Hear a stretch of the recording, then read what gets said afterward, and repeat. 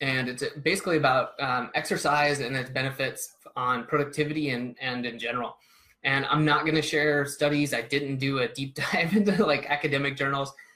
It is well known beyond a shadow of a doubt that exercise is good for you. So I'm not going to go into that part of it. I just want to reiterate like the benefits of it. Okay, from my point of view, it's definitely a stress lower. All right, helps you deal with stress if you're feeling you know, like you're overwhelmed, you're having a hard time focusing, then going and exercising can like immediately help with that. Obviously, it helps you focus. Clarity, I guess, would be a way to put it.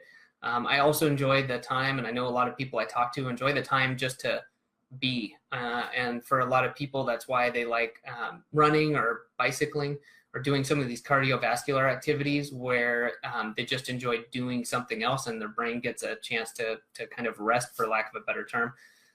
And then there's a different side to that for things maybe a little bit lower intensity, like walking, just taking a walk or going for a hike and having that time for your brain to kind of work through a lot of things on its own. And then clearly better health, all right? It's known, obviously, if you exercise, you can enjoy some better health and you enjoy the benefits from that. So hopefully these are not ground-shaking revelations to you, but I wanted to cover the basics, at least of why the benefits or what benefits there are and what you can enjoy from that. So a lot of times, I think for a lot of us, we get to the end of the year, and like now we're in January, at the beginning of the year, and looking at this and thinking, you know, I'd like to, or I'm going to go to the gym more, or I'm going to, you know, run more. And we forget that, you know, we talk about all this productivity stuff and like, I got to prioritize my tasks in the day, and I need to make sure that I'm not putting out fires. I need to do important things first, right? We talk about that, and that's good, especially if we understand how to do it. But then with our health, sometimes it suffers in order to accomplish these other areas and do the important things in those areas.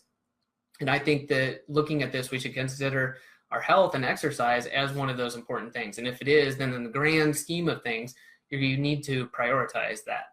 So for me, that means putting it into the morning. And that doesn't mean that I always exercise in the morning, but I started looking at it and I had no issues. I wasn't really falling behind on exercise. For myself, I'm a runner. But I looked at it and said, you know, if I'm kind of fooling myself and there's times where I've had to maybe, you know, cut a run a little short, or I told myself I was going to run and then work out and all I did was run. And I said, you know, this is interesting. If I'm truly prioritizing this and it is important to me, then shouldn't that be one of the first things I do? So got back in the habit. It's not the first thing I do in the morning, although I do get up, try to go for a walk early in the morning, come in, do some admin, have other tasks. And then mid-morning, I go for a run before I sit down and start getting into deeper time blocks of like 2 and 3 hours.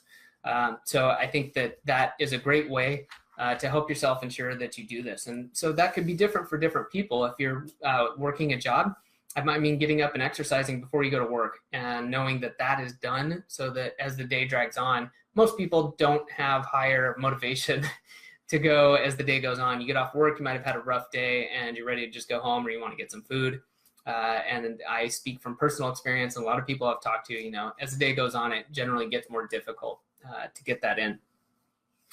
The second thing I would do is give yourself more time than needed, okay? A lot of times you're in control of your schedule, whether you realize it or not, but don't force yourself into something that doesn't fit. And what I mean by that is if you're saying, I'm gonna go run 3 miles and I'm gonna give myself 30 minutes, okay? This is reasonable for most people who run to literally accomplish that, depending on your pace. But, you know, you've got time that adds up, whether it's, you know, putting on your clothes to go running, literally putting on your shoes, maybe a little bit of a warm up, then the run, and then, you know, a little bit of a cool down. Maybe you need to get cleaned up and change.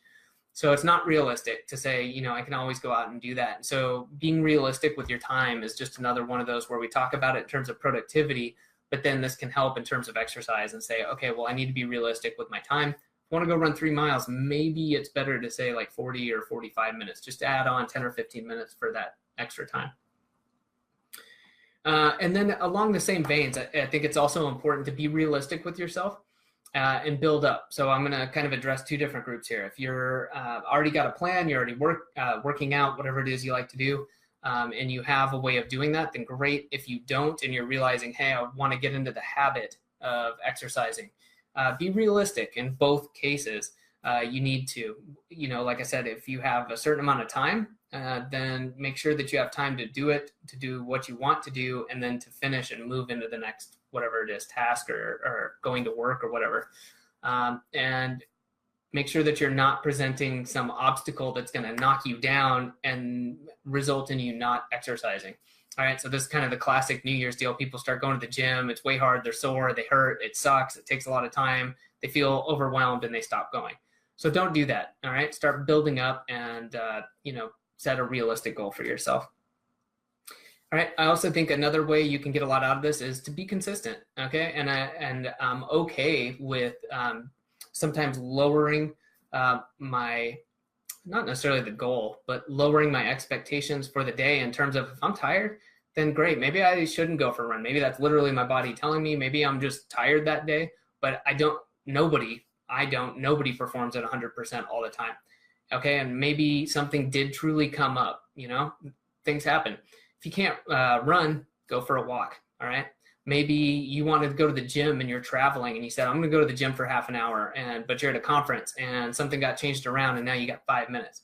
Do a set of push-ups, do something. And it's building consistency because you're helping build that habit instead of just saying, okay, I don't have time, I'm not gonna do anything, or I don't feel like it, or I'm tired, but you're building that habit up and that can really, really help you over time. Lastly, I think that this is a good one to add to your weekly review. If you feel like you haven't built this habit up or you don't have a really good way of doing this or kind of evaluating yourself, add it in. We talk about this where we're looking at what worked really well for me over the past week. What brought me results, what's helped me be productive and what hasn't. Add this in, like what's worked for me, when I'm working out. Did working out in the morning work well for me, or did I put it mid-morning and I just kind of kept pushing it off, and then sometimes I ran at lunch and then I didn't? Well, maybe you need to bump it up and do that first thing and see how that works.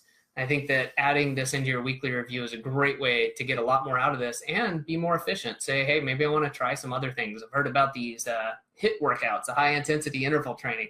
Maybe I want to try that and see if, doing 15 minutes of that beats going for a jog for 30 minutes. I have no idea, but maybe that's something you want to try. So anyways, I think that that's a great way to get a lot more out of exercise and to make sure that you're consistent and that you're getting the benefits then that come from exercise into your life, whether it's productivity, just better general health, and just so many other areas. So thanks for watching. You can stay up to date by subscribing right there. If you'd like to come join our free Facebook group about process, automation, productivity, all that good stuff, you can do that right there. Just answer the few quick questions and you'll be in.